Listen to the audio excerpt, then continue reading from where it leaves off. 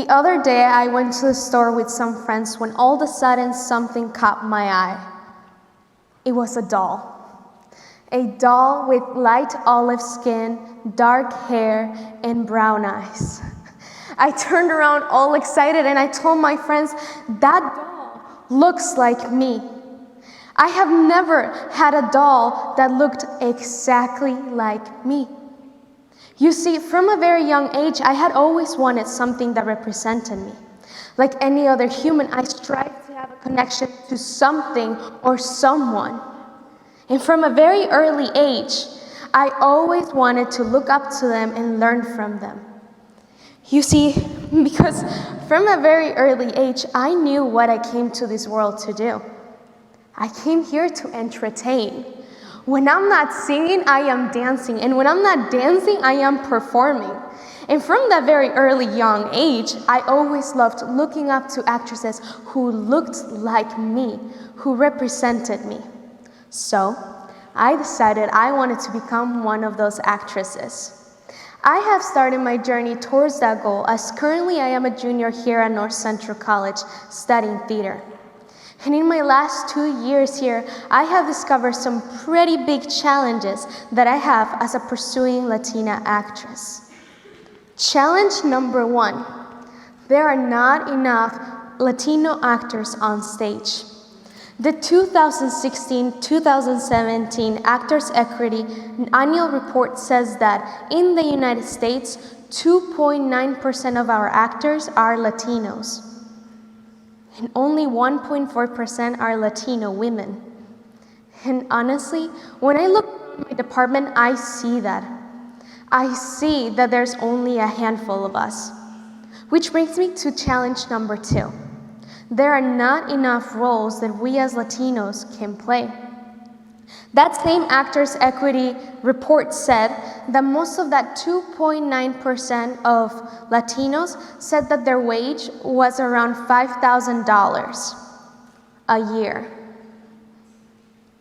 This is such an alarming wage. And why is that? Well, from my very short 2 years here at school, I think I have an idea as to why that is. There's not enough roles that we can play. Because although there's thousands of Latino written plays around, they're not being produced in big scales. And the ones that are being produced big scales do not have enough roles that we can be put into. And when you think of a story like Cinderella, society simply does not think of a black-haired Colombian with a thick accent. So yes, when I look around my classroom, I wonder, are we really the handful of us Latinos, the only Latinos around the area that enjoy theater? That just can't be. So where's the problem here? My first thought is that young Latinos are not being exposed to theater enough. Maybe it is that Latino communities do not have any theater departments, or no theater departments at all. Or maybe it is that because our parents have worked so hard to get us here, they do not see theater as a profitable career. I don't have the answers to any of this. And honestly, I am joining a bunch of other people before me on this search. I am joining them by doing my own research, making my own discoveries, but most importantly, sharing my story. Yes,